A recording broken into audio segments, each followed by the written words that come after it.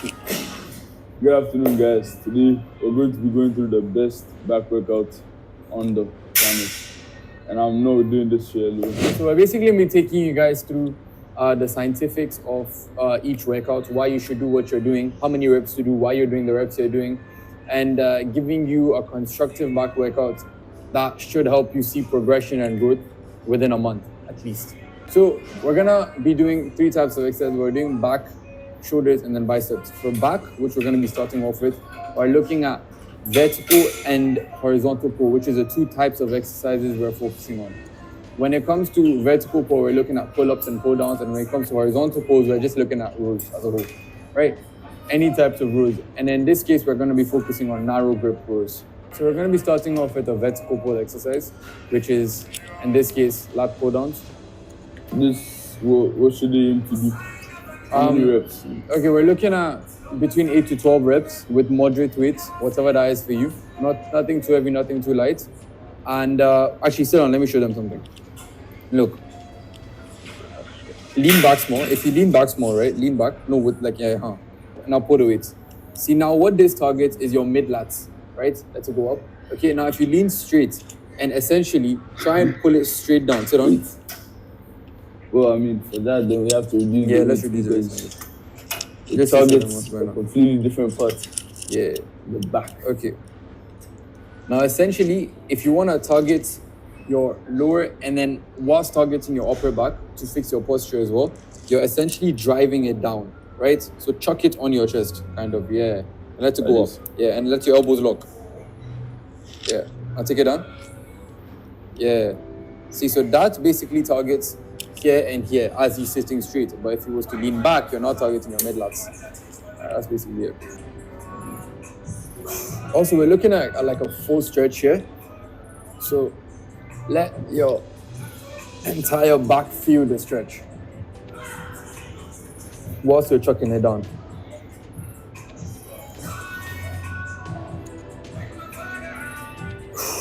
Right there.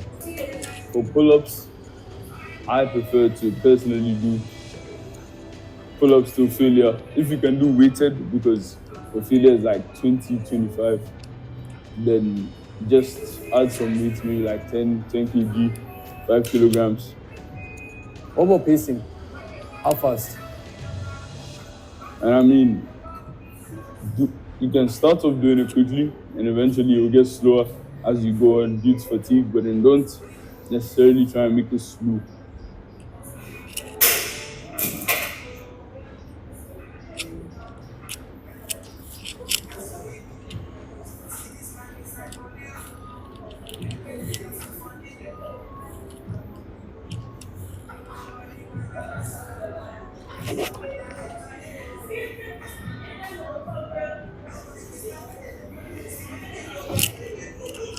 And for people trying to get into pull-ups, like those who can't do it, how do they start?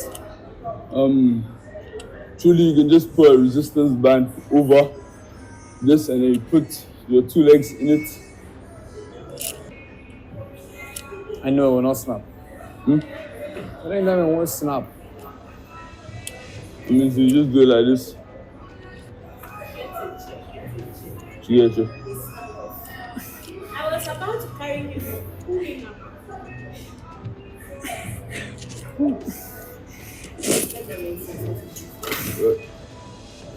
Try and add these tools.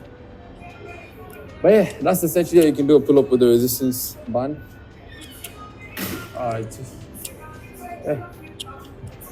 You can add a stepper if you have to.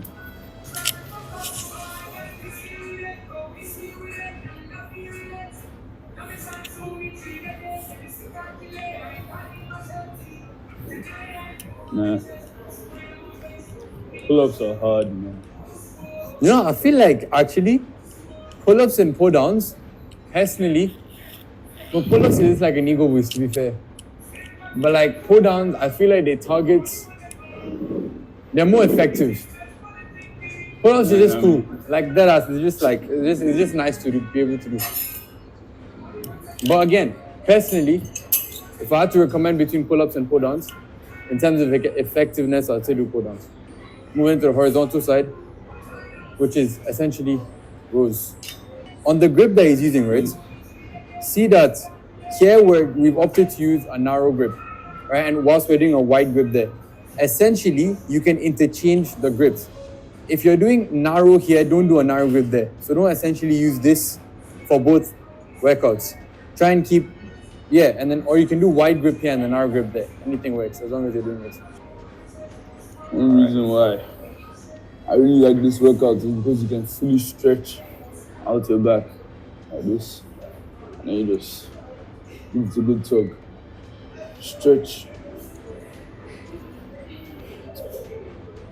Again, recommended here is 8 to 12 moderate weights. You And can keep hold it, at the top. yeah. That'll be good, but Then keep it slow and like steady. yeah. Counts as biceps too.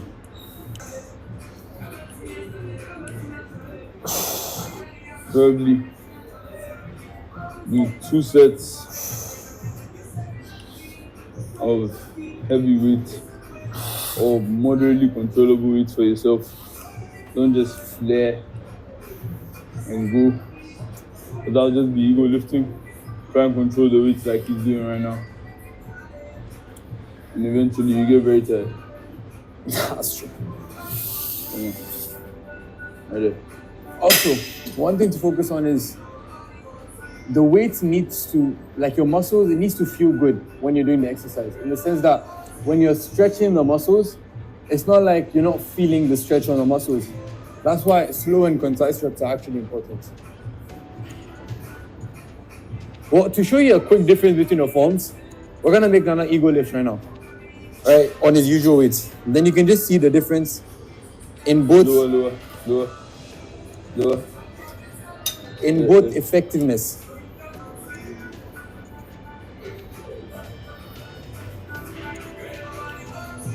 You can see that the holding at the top gets difficult because of the weight, right? And then you feel a lot quicker because obviously it's a lot more. Exactly. But So then you won't get a solid rep range in, but like you just keep your form will also not be proper so you can get injured. Also, most people will tell you to do like a lot of exercise, maybe like past 3, maybe like 4, 5, 6. You can do up to like 4, but then when it gets past 4 in terms of separate exercises, it's going to cause a lot of muscle it's going to cause a lot of muscle fatigue. and then the rest of the things you're doing is basically useless because you can't do them properly. Exactly. Don't overtrain your muscles. I know like everyone is trying to get big, but you have to chill. Okay, for shoulders, we're looking at 3 exercises. We're looking at reverse flies, shoulder press, and then we're looking at lateral cable raises. We're gonna start off with our little cable reverse flies. Now, one thing to notice that's important here is your back needs to be straight. Your posture needs to be straight when working out on these, right? Again, you need to have potential for overload, so you're not maxing out what you actually do on a daily basis to try. Sure. And then it's slow and concise, right? Controlled. And basically try and hold it at the end of the rep to get that little extra stretch. There are like 2 ways to do this exercise. On another machine, you could sit this way with your legs facing here, and then you have a more stretched out position. But over here, we don't really have that machine, so obviously, this is the best way for you to do it.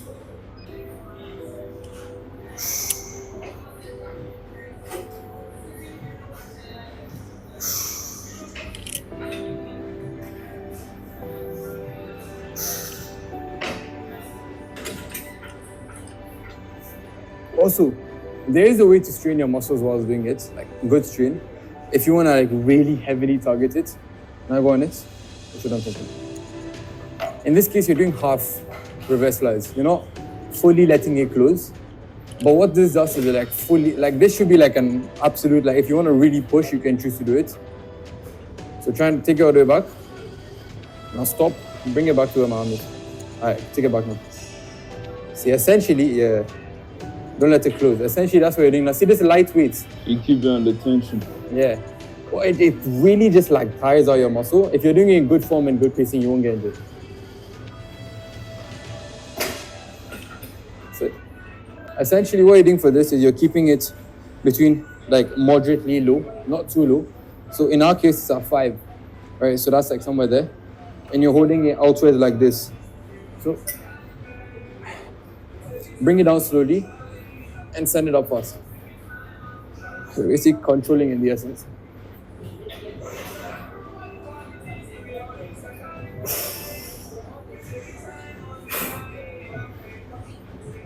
We're looking at 10 to 12 reps on each side because this one, it needs consistent strain.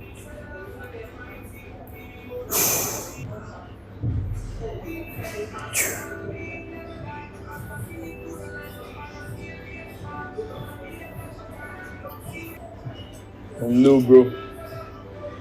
Alright.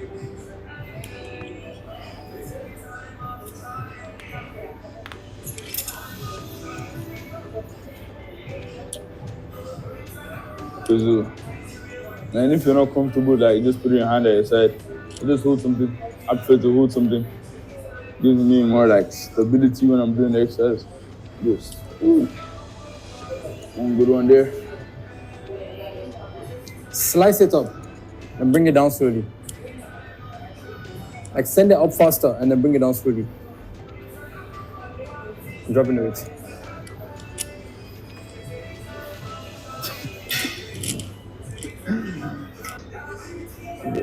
What do you do?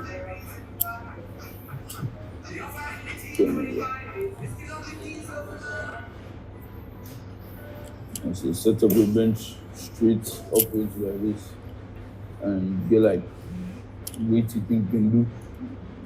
Don't so 18. Nice, yeah, for sure. In this case, we're looking at like a full-on vertical push up, right? We're looking at 10 to 12 reps, like 8 to 12 reps, moderate weights, and palms facing outwards in this case. And it basically, oh yeah, it's just gonna show it.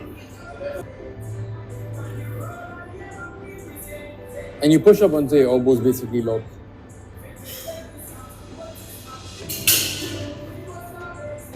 Alright, so people curls, people bicep curls. Do this offers more stability to your body. Your form can't really be bad on this because you don't get to swing too much.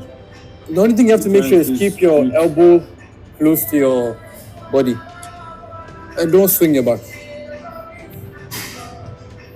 Try as much as possible not to swing. Keep yourself straight, just go.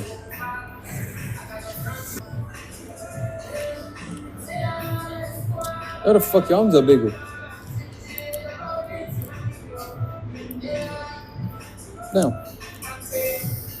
Now what's the definition of ego lifting, guys? Watch.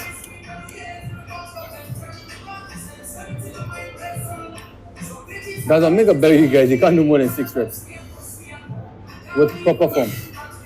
Tia is leaning back. Yes, yeah? Lean forward. Lean forward to it. There's no way to go like this. Like this. Yeah. Like this. Do it. I can do it, just trainers. No problem, do it.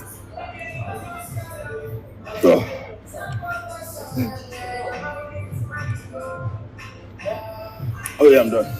Thank God you're about to beat my 6 rep mark. Oh, no, you stopped. It doesn't count. Yeah, it doesn't count. It doesn't count. I want the bet with the audience. I want my bet. I want my bet. You rested, but you rested. Doesn't matter. You took a 3-second rest break. You're not gonna just hold it and rest it. I want my bet to the audience. That's what I'm problem, man. Can I do that? I won't bust my hand up. You try 12. Oh, here you go. The bicep works when you're done 4 arm works. It's really good. exercise to train two sides of the bicep. This try get as far as possible with good form. And again.